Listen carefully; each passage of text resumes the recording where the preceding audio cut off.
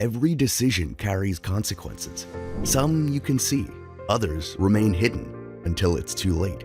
In today's data-rich environment, the challenge isn't information, it's insight. What if every decision you made was backed by the power to see its impact before implementation? This is the power of Simio's intelligent digital twin technology.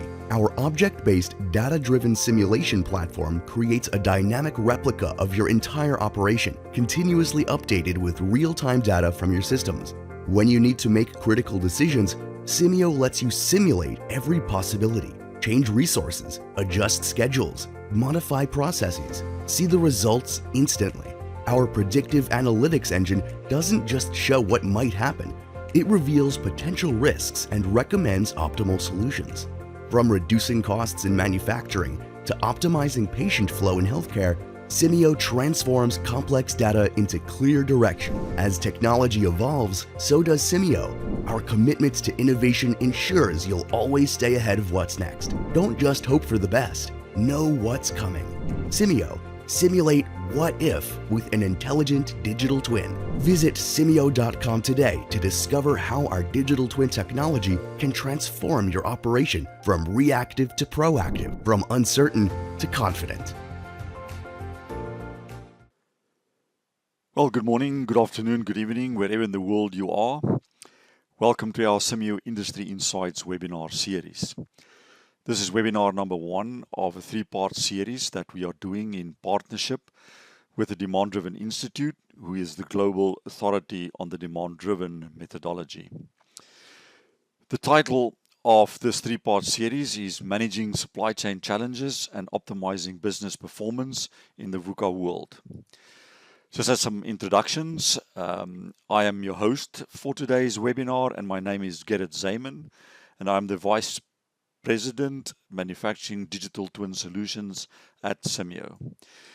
The webinar topic for webinar 1 in the 3-part series today is variability and its impact on your planning, scheduling, and business performance. Now, in a world with constantly increasing product options, like all different colors and material types, size options, etc., that we all want, but that are driving more manufacturing complexity, resulting in additional scheduling and execution pressure, as well as this constant demand for faster and more reliable delivery performance. Company now are almost forced to focus more and more on their supply chain performance, trying to meet all these additional demands. On top of that, these global challenges of increasing volatility and uncertainty also have to be dealt with. I recently spoke with the planning team of a large consumer goods business and asked them how they are dealing with all these new pressures and demands. The answer was very interesting, is that they plan in weekly buckets and realize that they simply cannot meet the weekly demand placed on the factory from the MPS process that mostly are based on average or even ideal run rates. They would simply start the planning by simply removing 20% of the demand straight off the top, and will then try their best to meet at least 80 to 90% of the remaining demand, resulting in a throughput loss of around 25% based on the requirements of the initial MPS plan. The reason they attribute this to is what they call unplanned downtime, and that is when resources are waiting on material or transportation or operators or technicians for tasks like maintenance, changeovers, setups, and more. So today we are going to discuss this in more detail and provide insight into the effect and impact of this actual real-world variability on the business performance. So with all that said, let's look at the speakers for today's webinar. Now, we have Chad Smith, who is a co-founder and partner at the Demand-Driven Institute.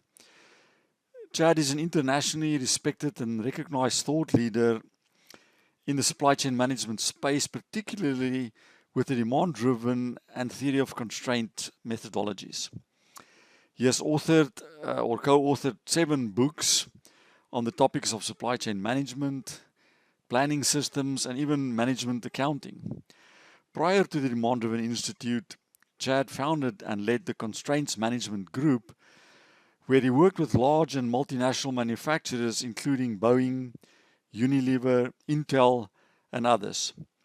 So today, Chad will drill down into some of the background and specifics about how variability and uncertainty are impacting supply chains. Now, we also have Christine Watson, who is a Senior Solutions Specialist at Simio. Christine has over 30 years of experience in the simulation industry, and she is currently specialized in digital twin technology to optimize manufacturing processes with a specific focus on demand-driven digital twins. So she will be showing some live simulations and specific results to show the performance impact on systems as Chad unpacks the story. So expect a bit of back and forth or show and tell here between Chad and Christine as the story unfolds. And hopefully there'll be some time at the end to take some questions from the audience. So without any further ado, I'm going to hand over to Chad to get us started here. So thank you, Chad. The floor is all yours. All right, thank you, Garrett. Hi, everyone. My name is Chad Smith. I'm a partner and co-founder at the Demand Driven Institute, and I'm delighted to be a part of this 3-part webinar series. So let's get started here. The first thing that we're going to do is we're going to talk very basically about what supply chains really are. Sometimes it's a misnomer to call them a chain, because they're more of an amalgamated network of dependencies. But most supply chains come in stages. At the top, with facing the customer, we have distribution. Distribution is supplied by some form of logistics from a stage of transformation, manufacturing, or assembly. And that stage of transformation or assembly or manufacturing has to be supported by a network of suppliers. And of course, these tiers can repeat all the way down because these suppliers are also manufacturers and they'll have their own suppliers. In between each stage, we've got all kinds of different aspects or modes of logistics or transportation involved. Could be over the water, could be in the air, on wheels, on rails, whatever. Now, there are dependency structures that are inherent in our supply chains. Once you have a finished product, you go through a network or a dependency structure defined by a distribution network. So you can have this is finished product A, which is an end item, and this can be then distributed out to maybe a central warehouse or a distribution center that can then further go out to even more remote areas. It could be a local area, and that would then sell directly to the customers or even to retailers. Now, down below, to get to that finished product, we have to have what's called a product structure or bill of material.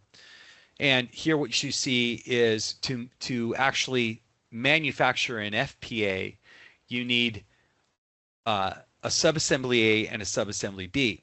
But you actually need 2 of both, and that's what's indicated in this parenthesis here. This number is the quantity per. So you have to have 2 subassembly A's, 2 subassembly B's to make a finished product A. You can see here, to have a subassembly A, you've got to have intermediate component, and you have to have another 2 intermediate components, ICB. And it goes all the way down to your purchase level. So you've got your end item, your subassemblies, intermediates, then your purchase, and you can see the quantity per at the purchase. Now, how does material flow through supply chains? Well, it all flows through two types of streams. It's convergence and divergence. Okay, so first of all, let's talk about the distribution aspect of it, or excuse me, the manufacturing aspect. where everything's converging. It's typically coming together. Now, there are some exceptions. There are some types of manufacturing that start with a single material and end with a single item. But for the most part, most manufacturing or transformation is about convergence. It's about taking many things or a few things and making them into one thing. And then once we have that one thing, then we have divergence, where we've got to send that one thing to different locations to hopefully marry up with customers, right? Now, how do we plan or control each of these stages? Well, conventionally, we have systems that we've defined over decades, right? So at the distribution level, we have something called distribution requirements planning, or DRP. Now, what DRP does is it takes it sends what's called a gross network requirement down to a master production schedule. And typically those gross network requirements are derived from forecast. That goes to what we call the master production schedule, MPS for short. And the MPS's job is to say, okay, I'm going to calculate aggregated demand through some sort of defined planning horizon. Now, typically that defined planning horizon will be in excess of the cumulative lead time determined by the product structure. So once we have that aggregated end item demand, that's sent to MRP, and MRP performs what's called a requirements explosion based upon the end item demand. So you see this explosion that goes all the way down, and it carefully sequences both in quantity and timing what we need to make and what we need to buy in order to support that end item demand that was supplied by the master production schedule. So now we've kind of defined what a supply chain, what the typical stages of the supply chain are, how we control them. Let's ask ourselves, what is the main objective of a supply chain? And a gentleman by the name of George Plazel gave us the answer in 1994. See, George is one of kind of what we would call the founding fathers of MRP. There's kind of three widely recognized founding fathers. And George wrote the second edition of Orlik's Material Requirements Planning in 1994, after his friend and contemporary and peer Joe Orlik had passed away. Joe wrote the first version of the book in 1975.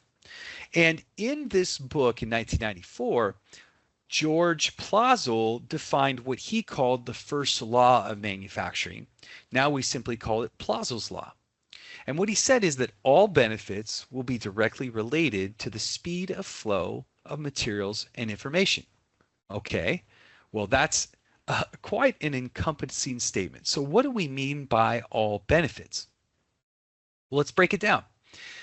First of all, when things are flowing well, you tend to have high service, because flow is about aligning a company's assets to the market interface. So if you have flow, you actually have a good interface with the market. And what that means is you get a strong defense.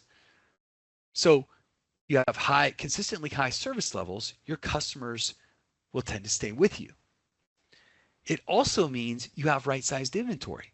If flow is occurring, what that basically means is that you're converting working capital to what the customer needs, and the customer pays you for that. So in other words, you're converting your working capital to cash at a consistent and appropriate rate. It also means when things are flowing well, you have less course corrections.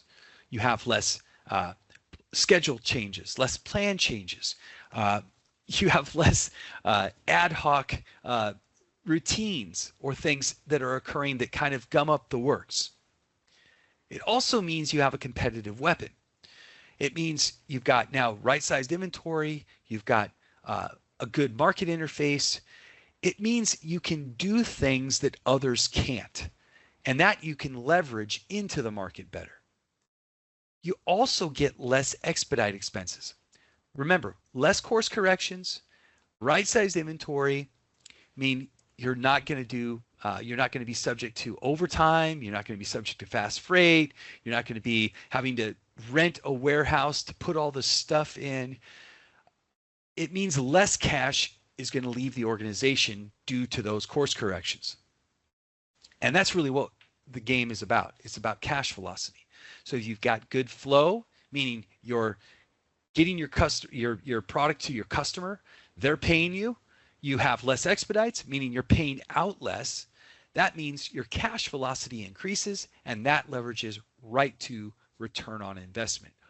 Now we can break it down very simply with a simplified equation here.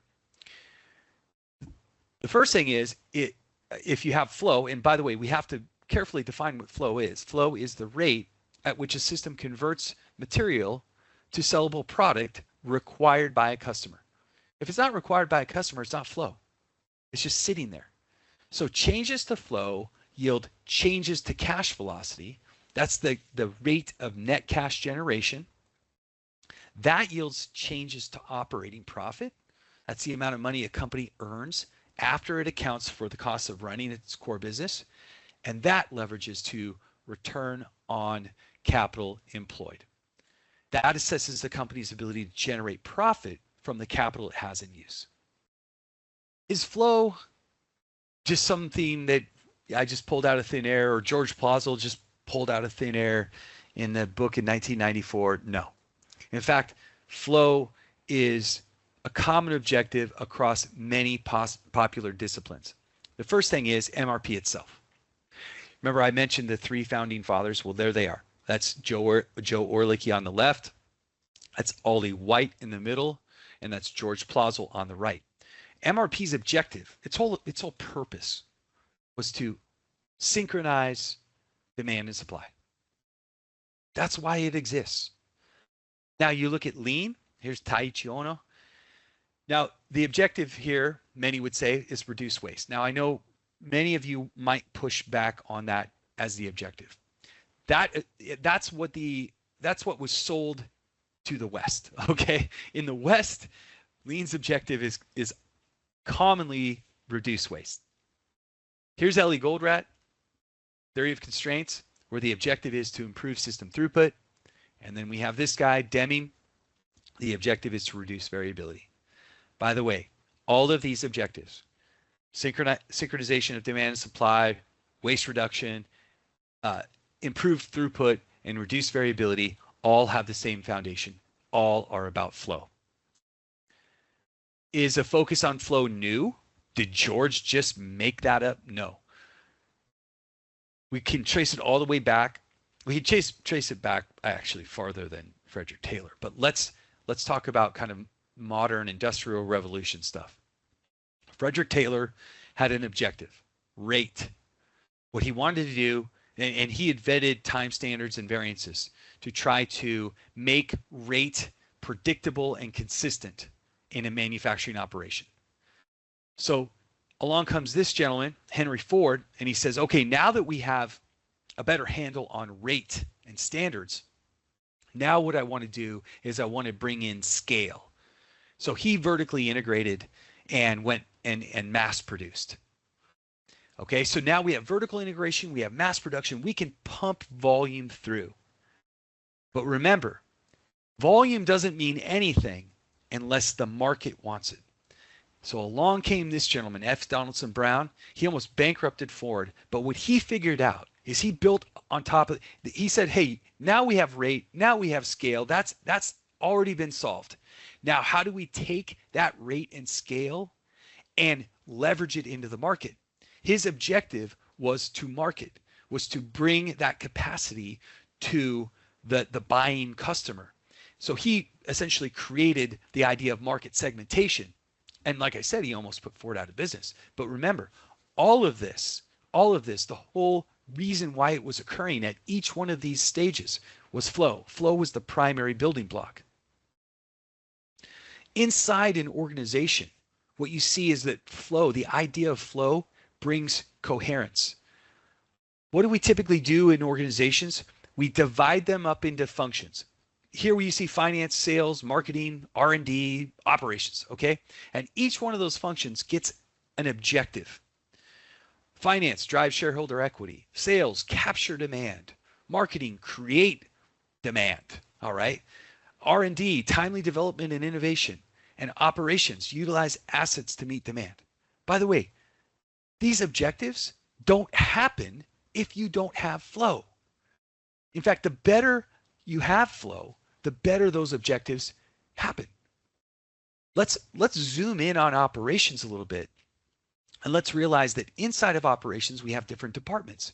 We have planning, logistics, purchasing, the shop floor, scheduling, quality, all of which have a primary objective as well, typically a primary metric in many ways, right? Or all their metrics are around these primary objectives. Planning, synchronize supply and demand. Logistics, connect sources to consumption points. Purchasing, ensure material availability. Shop floor, execute the schedule. Scheduling, sequence activity to meet commitments. And quality, meet specification. Once again, flow is necessary to hit these objectives. And the better that flow is, the better the primary objective of the department is fulfilled. So this is why we say that focusing, getting your people to understand flow and focusing on flow it brings this sense of coherence to an organization. So if flow is the objective in a supply chain, how can we find the best way to plan and schedule supply chains for flow? Well, we can attempt to answer that question by simulating. So let's begin to simulate to see if we can figure out the best ways to protect flow in a supply chain. So we're going to start real simple. We're going to start with a linear line simulation. We have 10 workstations all in a single line. I know it looks like it's not a straight line. We just did that so that we could fit it on the slide there. But it's basically 10 steps in a sequence, and we're going to compare 4 different scenarios in this linear line simulation. Each scenario will build from the previous scenario. So the first scenario we're going to do is what we call the dream scenario. Now, this is production capacity per resource is 3 units per day. Capacity is completely balanced. We have achieved, we've reached the top of the mountain. We have a perfectly balanced plant. We also have material that is always available. Okay? And there's no process variation. And here's the kicker. The customers will take whatever we want to deliver. As much or as little, when we can get it to them, they take it. They're extremely tolerant. So what should we expect over a 100-day time horizon? So I'm going to hand it over to Christine from Simio, and she's going to take you through the linear line simulation, scenario 1, the perfect situation. She's going to bring you through the results and show you a little bit about how Simio does that. Christine, take it away. Here we are in Simio, and we're going to take a look at our basic workstation example. And we've got several scenarios, and the first one we'll look at is no variability. And basically our workstations, each of those 10, are processing an average of 3 per day. So let's take a look at our metrics as we move through the simulation. If I just put it on pause for a minute, you'll notice that our workstations are green. They're processing the entire time, no starve time, no backup of any kind of inventory. And if I move forward, you'll see here the number shipped. We process basically 3 a day, and then we move them on as finished product. And so you'll see this number shipped go up as well. And of course, we're keeping track of things like our work in process, how many are at each of the workstations over the entire system, and the time in system as well. And really at the end of our 100 days of processing, you'll see that we are going to process 3 per day or 300. And that's really the maximum from a business standpoint that we're going to be able to expect with that no variability. And so let's talk a little bit next about what kind of things can affect that. And are we planning for that maximum capacity of those workstations? And if so, what could go wrong? All right, success, we did it. It's just that easy. Now all of you are saying, of course, wait a minute. What we just simulated was nothing even remotely akin to the real world. While we got great flow, We also ignored reality. And that's usually a recipe for disaster in the VUCA world, right? VUCA stands for volatile, uncertain, complex, and ambiguous. All right, now let's begin to add some things, doses of reality in. So we're going to go to part 3, process variation.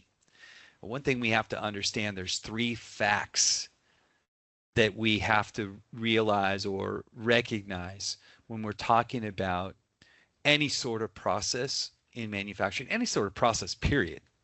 And then we also have to think about what happens when we put processes in sequences. So fact, normal and random variation exists in any process, okay?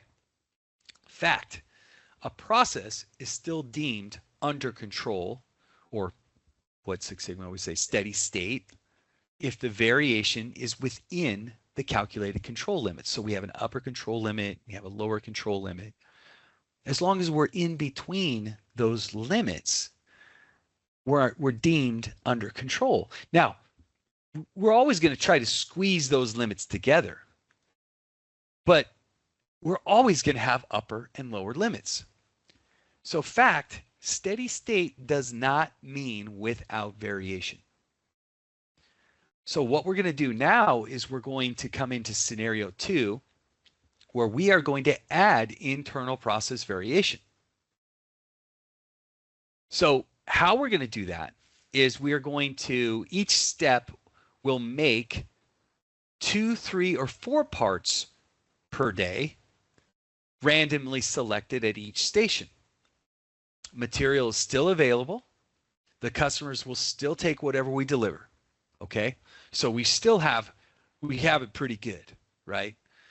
So what should we expect over a 100-day time horizon? All right, once again, Christine, you're going to take it over and show us what you got here with scenario number 2. We're now back at our basic workstation example, and we're going to move from our scenario where we had no variability to one where we have process variability.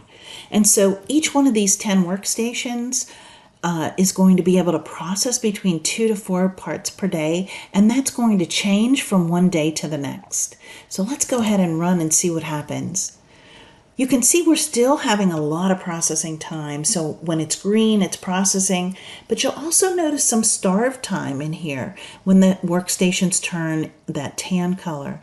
And that's because if you've only processed 2 or 3 at a given workstation, you move those forward and the next workstation can process 4.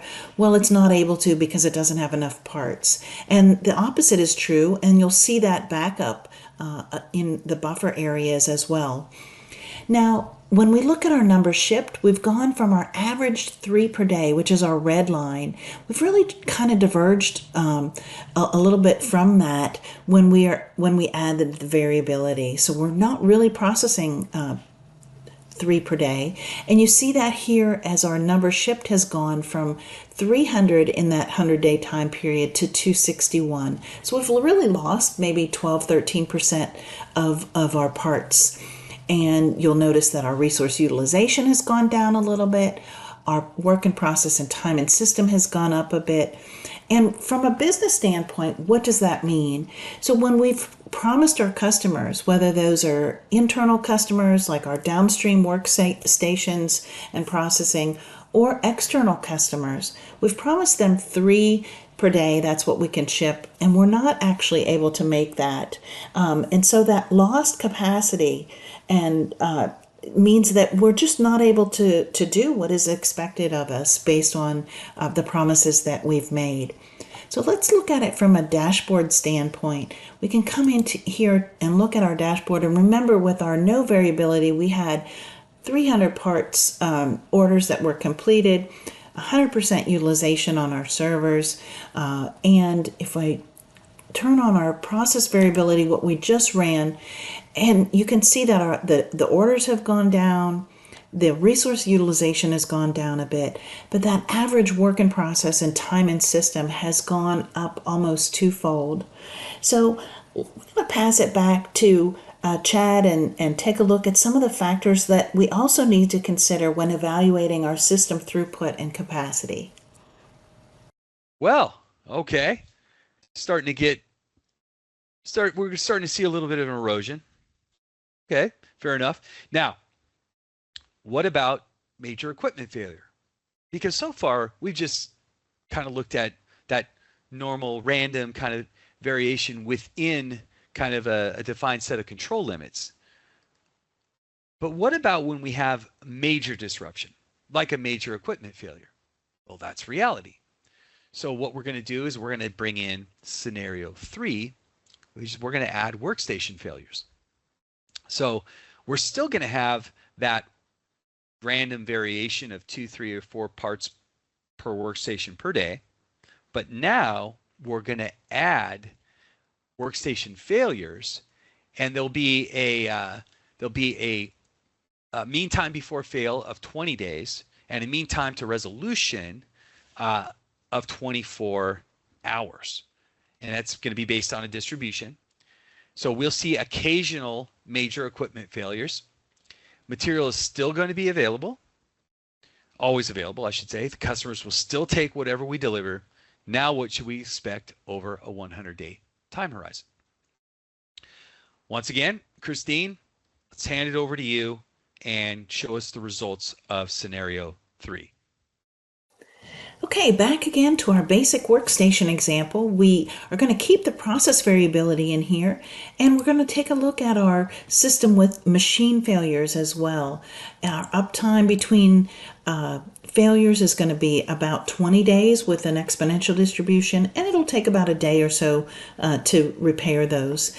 And so what that means is each one of these workstations, given that we are running for 100 days, we would expect maybe 4 to 5 failures for each one during that time period. So let's see what kind of an impact that's going to have. I would guess that it's going to really kind of wreak havoc with especially work in process and everything building up in the system. But let's take a look. All right, so we're seeing a lot of our green processing time, of course. We're still seeing some beige or tan starve time. But as those failures start, you see the red failures at the different workstations. And it seems that, we're still, of course, diverged a bit from our average 3 per day. Our resource utilization has gone down. But if we look at our system, and it's going to finish up in a minute, we've got 240 shipped. Now remember, with our process variability, we had dropped down from 300 to 261, so we lost 12 or 13%, and we've lost another 20 or so parts that we're able to ship in this case. The work in process and time and system haven't seemed to have gone up all that much. We'll look at that in a minute. But from a business standpoint, what are some of the lessons that can be learned here? It's really be realistic and remember to consider the throughput loss that you have from failures, random failures that occur in your system, and even preventive maintenance that affects different workstations and processing in the system. Any reliability of machines. Now let's go into our dashboards, and when we add those machine failures, you'll see, as we just discussed, the number of orders complete has gone down, the server utilization has gone down, work in process not so much. It seems that those machine failures tended to kind of even out some of that starved time. Because when the machine failed, it was able to upstream and downstream kind of pace how the variability was affecting our system. But our time and system also went up as well. So one of the things that we'll do is go back to Chad one more time and see if there's any additional factors that we need to consider when evaluating our system throughput and capacity. All right. Well, it's getting worse, right?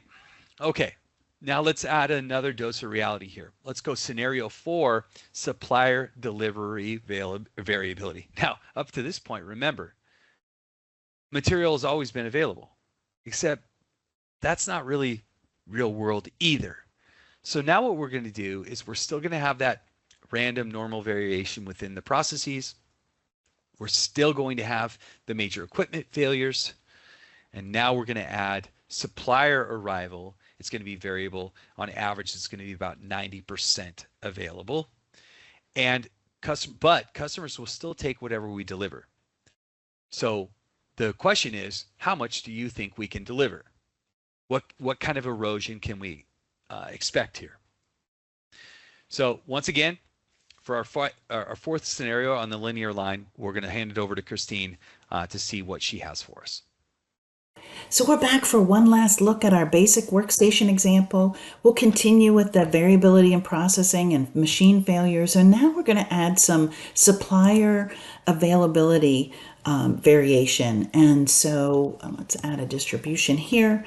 And what that means is that this raw material that's feeding workstation 1 is not always going to be available as it had been in the past. So let's take a look at what kind of impact that may have.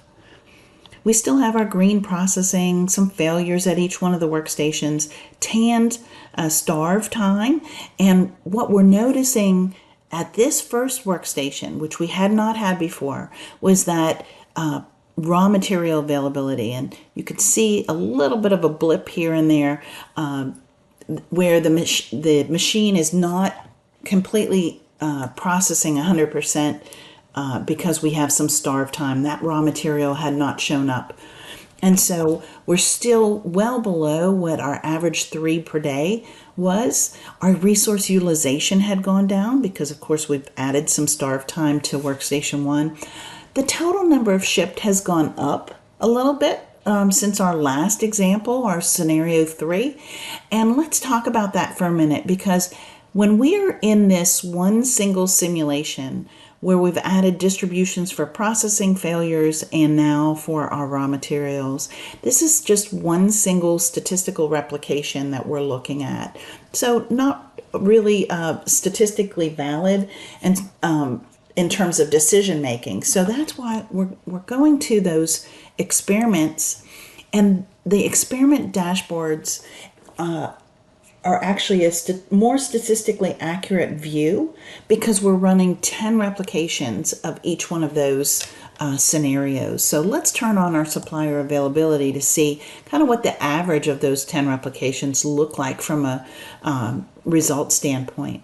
So we've actually gone down a little bit with our total orders shipped. We've gone down in server utilization.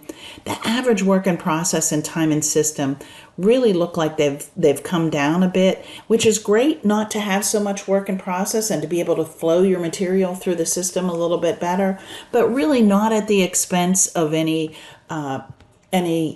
parts that have been shipped and promises that we've made to our customers. So let's go back one final time with this example back to Chad to further talk about some of those final statistics. All right. Well, let's take a look at the summary of the 4 scenarios here. And what you see, of course, our dream scenario here with no variability, it's awesome, right? But as we said, it's not real world. So as we kind of add in layers of reality, we see an erosive effect based upon the accumulation and transfer of variability, and where we culminate in about a 23% throughput loss. So it's just that easy. Now we got it. Now we understand, we see the problem, this idea of accumulation of variability and transference of variability. We need to account for process variation in sequences because these have all been variation and sequential problems kind of combined. Or are we missing something more? Okay. Let's get into the idea of integration points. See, if you remember all the way back to the beginning of this webinar, we talked about the nature of material flows in supply chains. We talked about a distribution. It was about divergence. But in manufacturing, it was generally about convergence, things coming together, right? So we have to deal with the reality of the product structure. And so much of what what we've been doing so far is we've been saying, okay, here's another layer of reality. Here's another layer of reality. Well, here is a big layer of reality, and that is that there's a product structure in most manufacturing environments, and most require points of integration. I've highlighted a point of integration, 2 points of integration there. There's also another one right here. This is another point of integration. And what it requires is that one ICA and two ICBs be present before you can build an SAA, of course, right? You can't advance to the next level of manufacturer unless you have what it takes to build that level. So in manufacturing, these areas of integration are called assemblies and subassemblies, and assemblies and subassemblies require the simultaneous availability of all parts to complete the work. But simultaneous availability presents a challenge we've known about since the very beginning of MRP. So this table that you see here was first introduced in the very first Orlicky book in 1975. And what it's meant to depict is, here is, on this column, it's the number of components, right? So as you add more and more components to an assembly, you see a problem with the assumption of simultaneous availability. Even if your components are 90% or 95% available, the more components you have, the worse the effect, or the less the chance of simultaneous availability. And by the way, just one component can have a dramatic effect. You can have generally high availability on all of your components, except if you have one component, it is really generally unavailable. It kills the probability of simultaneous availability for that assembly, if this assembly had 5 components. Okay? Now, oh, by the way, so Orlicky wrote about this in his book in 1975, but he assumed that the processing power of computers would eliminate it. Okay? I mean, they were really all in on the promise of technology. So now what we're going to do is we're going to introduce you to a new simulation environment. This is the assembly simulation. Over here, we've got the product structure. We've got a finished good that has 3 subassemblies, all right? Each of those subassemblies is made from 2 intermediate components, and those intermediate components are made from one raw material. So we also, while we have the integration points, we also have the linear sequences that we see here going in parallel. Now, this is one linear sequence here, and this is another linear sequence here. These are performed by different resources, so there's no resource contention here. These are completely separate. You can think about these as, if you're a lean person, these are cells, separated cells, but they run in series. As with the linear line, we will simulate and compare the 4 scenarios, and each scenario we will build from the previous scenario, but we won't go back and forth between me and Christine. I'm just going to summarize the 4 scenarios, and then Christine will take it away and she'll go through each of the scenarios. All right, so now our dream scenario, just like we did with the linear line scenario, is production capacity is 3 units per day. Materials always available. There's no process variation. The customers will take whatever we deliver. Now, what should we expect over a 100-day time horizon? I think we all know life is going to be pretty good, right? All right, now, internal process variation. Now, here's where it gets interesting. Now what we're going to do, just like we did with the linear line, we're going to add that process, or that kind of random normal variability of 2, 3, or 4 parts per workstation per day. Material is still going to be available. The customers are still going to take whatever we deliver. And of course, we probably expect to see some erosion there. Then we're going to add workstation failures again. So still the normal random variation, but now we've got the same type of workstation failures that we saw before. Material will still be available.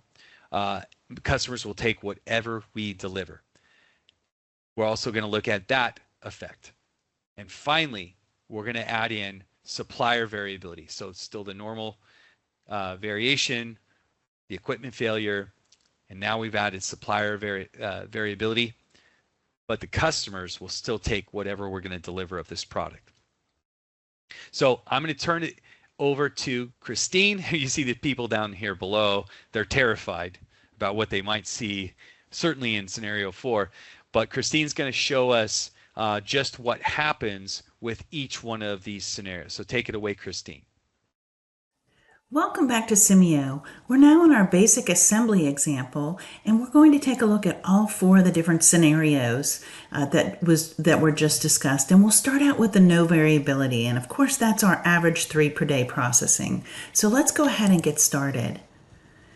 As we note, we can see our green processing time. That is consistent because we've loaded the system with 3 parts at each one of the workstations as work in process to start out with, and we're continually processing the same exact number every single day.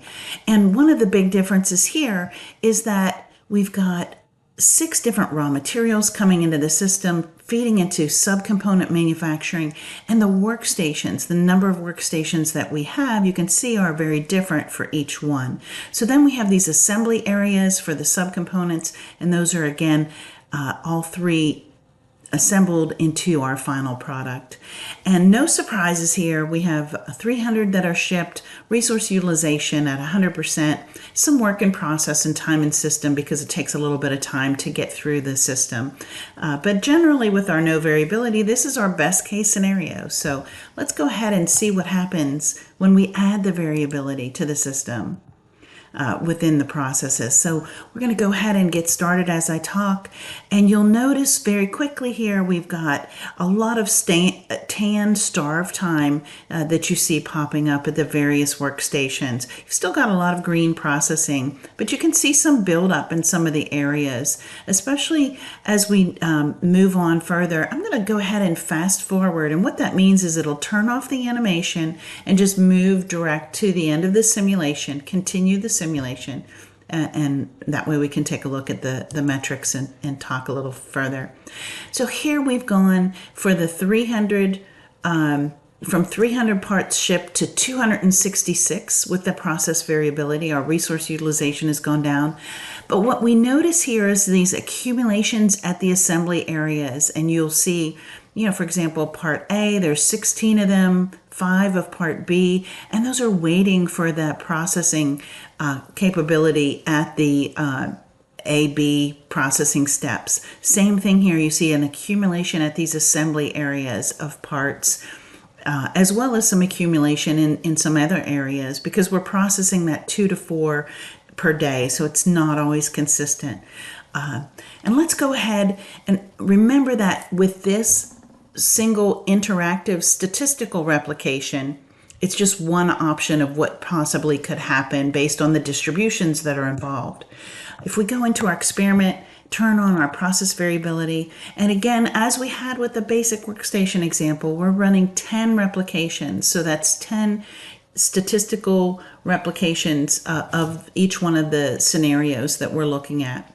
Here we've gone now from 300 down to an average of 263. Our resource utilization has gone down about 5%. But look at that average work in process and time and system has gone up more than doubled with just adding that process variability. So again, very important to keep that, to make sure you include the process variability when you're looking at analyzing your system. We'll go ahead and take a look at our third example, which is our scenario with our machine failures. And we're going to turn on the uptime between failures. We're running failures approximately every 20 days based on an exponential distribution. And let's go ahead and get started with that. And as we had seen before, we've got red failed time, and of course it's independent for each one of these workstations. So you see a a lot of red time in there. You also are still seeing that starved time as well, and some green processing for the majority of the time. And we'll go ahead and fast forward that as well and see what happens. So we've gone now from, in our first scenario with 300, we've gone now by adding process variability and machine failures down to 236 for this single statistical replication.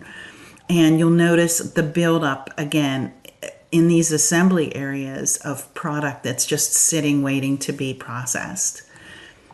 If we look at our 10 replications and we go into our machine failures, you'll see the number has gone down to approximately 235 from that 300. That's quite a bit. Our server utilization has gone down, and our average work in process and time in system has gone up. Not quite as much as it had with that process variability, but still up from those first two.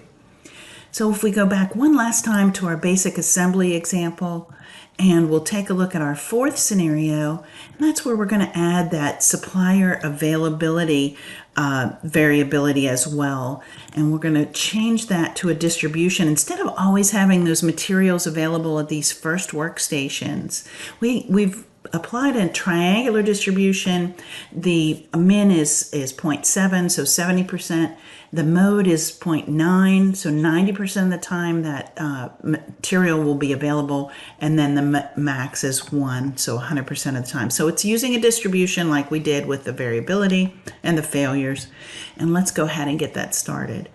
And one of the things to kind of watch out for here is these first 6 processing steps. That's where originally with those first 3 scenarios, the material was always available. Now you'll see, and we're keeping track of that no raw material available, you'll see some tanned time, meaning it was starved at these first processing steps. So let's go ahead and fast forward. We've still, again, got accumulation in the assembly areas. We've gone to, in this statistical replication, 212. And let's go ahead and really, we've definitely see the divergence from the average per day here. Let's go back into our experiment and take a look. So we added that most supplier availability. The average of these 10 replications, we've gone now from 300 with our no variability, adding process variability, machine failures, and supplier availability. We've gone down to 224. So quite a drop there in terms of the orders shipped. Server utilization down almost 20%. And you can see here, as we had seen with that basic workstation example, the average work in process and time in system actually go down in this scenario. And that's because there's just, because we're not feeding material constantly into the system, it does allow us to have a little bit less work in process and time in system with the materials that are there, but at the cost of shipping additional orders. So let's take a look one time at our resource states. This gives us a better insight into the resource utilization. You can see the 4 scenarios that we had looked at. So with no variability, we're processing those resources at 100%. We've gone adding process variability, took away close to 5% of our time in processing. Adding machine failures added additional starve time in addition to the failure times. And then with that supplier availability, here's where we've lost close to 20% of our capability in processing at each of those workstations, because we've got 13 and a half or so starve time. That includes those first 6 processing operations and, of course, the failed time as well. So we're going to pass it back to Chad to discuss these experiment dashboard results in a little bit more detail. Well, maybe it wasn't quite as scary as what we thought it was going to be, but whenever you're losing 25% of your potential throughput, it's probably not not very comforting, right? So what we see here is the cumulative erosion that's occurring. And it's pretty interesting because in some ways there are some indicators in the more complex scenario where you think, oh, that's a good thing, less time in the system, less work in process. But it's also a basic nature of the idea of the accumulation and the transfer of variability. It's going to starve certain areas that will eliminate the WIP, but then in other areas it can actually speed things up to some extent. So because you're going to have less overproduction in those linear sequences. And I think we all know that what we've simulated so far is at best about half the truth, right? There's an old saying, beware of half truths. You may have gotten the wrong half, because there's a lot more that we need to take into account. What about demand variability? See, up to now, our customers would simply take everything we wanted to give them. What about resource contention between components and other end items? See, we didn't have any resource contention across those parallel paths. And that's not real life in a lot of cases. What about material contention between components? What if I have a shared component that needs to go to one assembly versus another, but I only have one? What about lot sizing rules like economic order quantities, minimum order quantities? So when we come back in our second webinar, on November 13th, we are going to start adding in all of those rules. We're going to introduce you to a new environment where we do have resource contention. We do have shared materials. We do have variable demand, and we have to account for order multiples. So thanks a lot for being with us today. And I'd love to see you on November 13th. And now, do we have any questions? Well, thank you, Chad and Christine. That was great. Some great food for thought there. And I think, Chad, as you said, let's see if there's some questions from the audience based on this variability and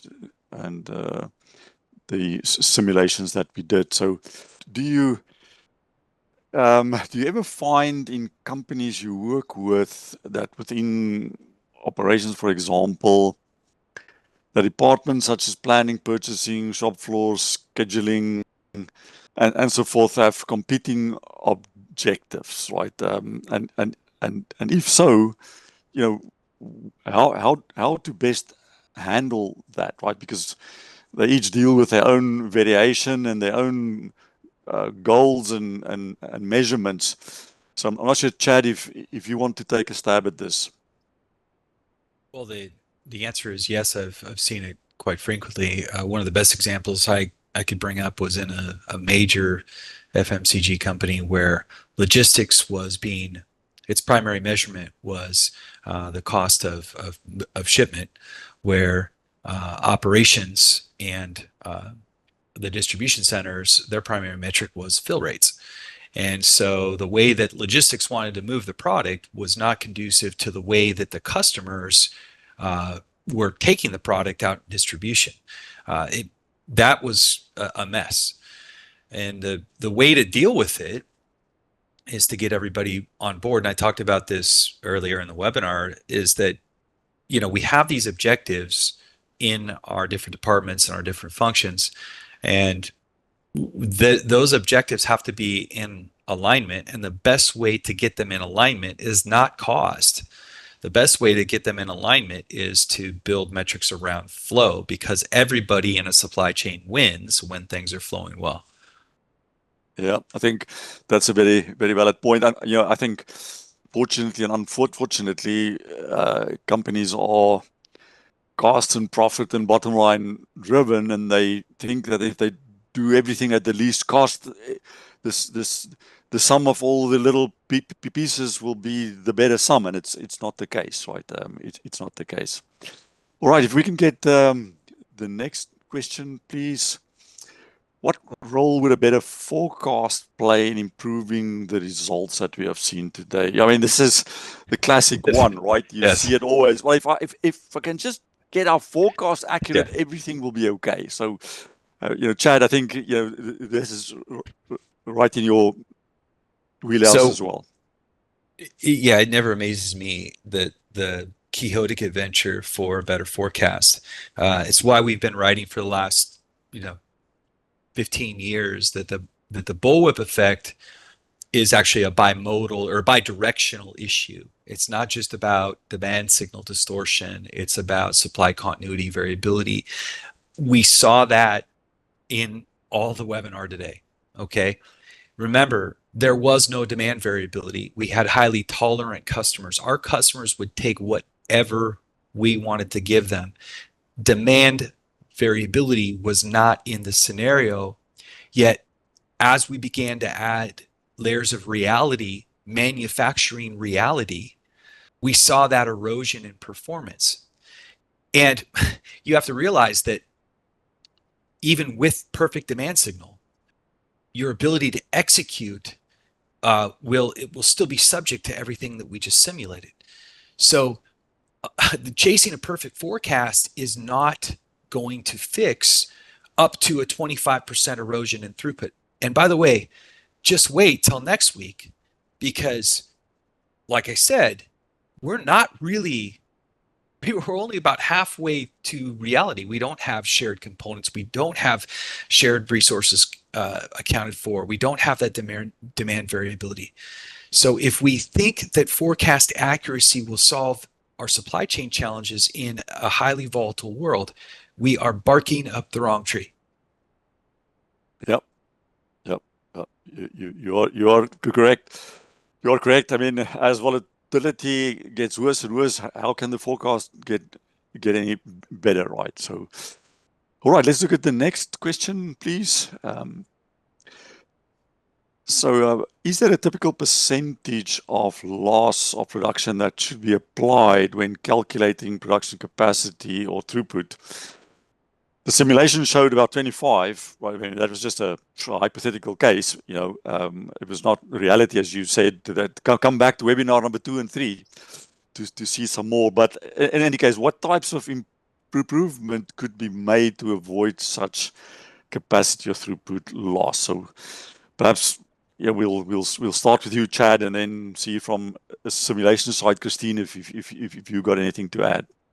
Well, what the simulations clearly showed is that this was all about the transference and amplification of variability. Okay, so any type of improvements that you're going to make have to deal with the transference and amplification of variability. Oh, and by the way, once again, it's a bidirectional issue, because as we move upstream, we get the transference and amplification of demand signal distortion, particularly when we start adding in MLQs and forecast inaccuracy.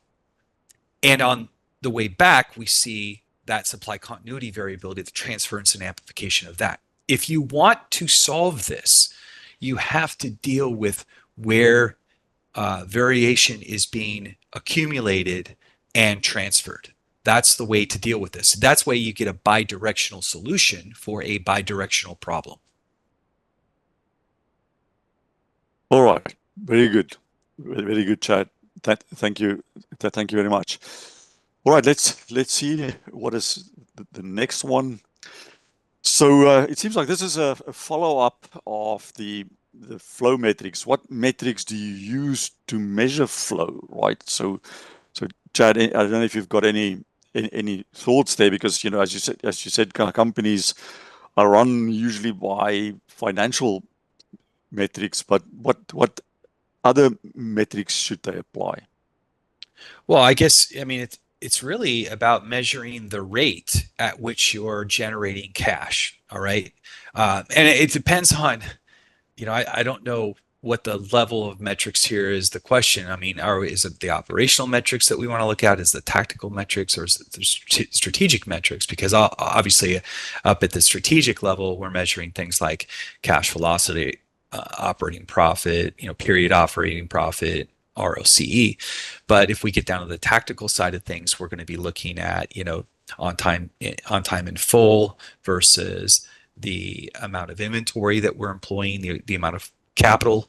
We have a very specific metric that we can share later on in webinars 2 and 3. It's called inventory target ratio, that shows you exactly where your inventory should be, the zone it should be to generate the most cash velocity. But once again, all of this, you go right back to this. What is flow? Flow means nothing unless it's going to the market and you're getting paid for it. You don't just flow. You don't just make bunches of product and say it's flow. Although our accounting departments like to do that.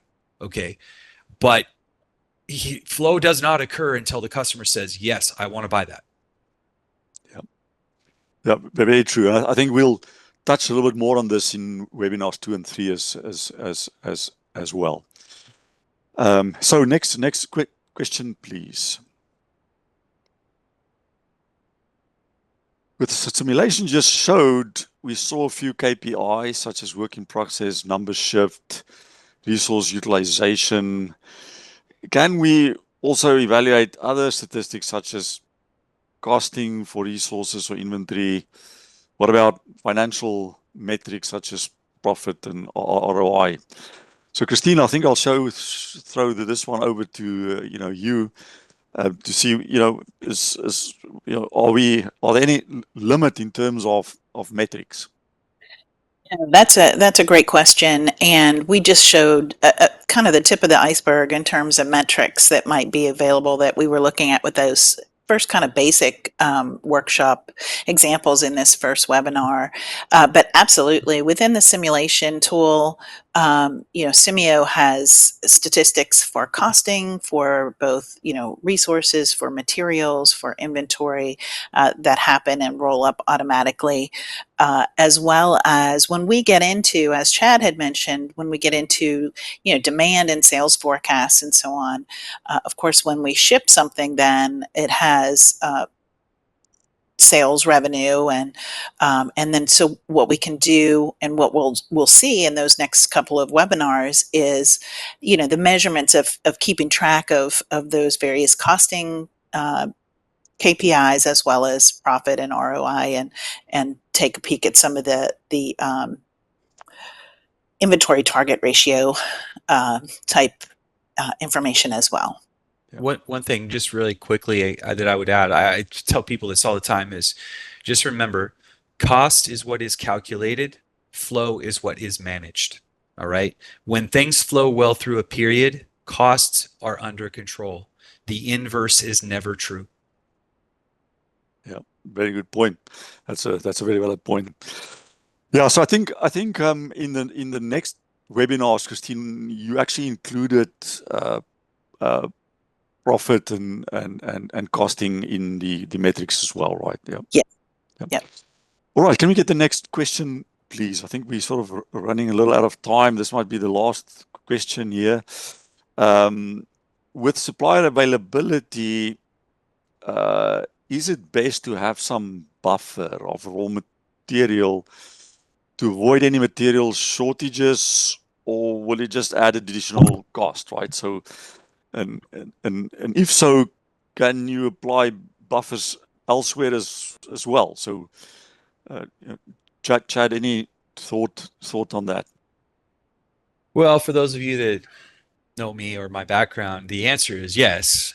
You're going to want to have, remember we talked about the transference and amplification of variation, right? So one of the ways that you can deal with that transfer and amplification, there's 3 ways actually. There's stock, time, or capacity.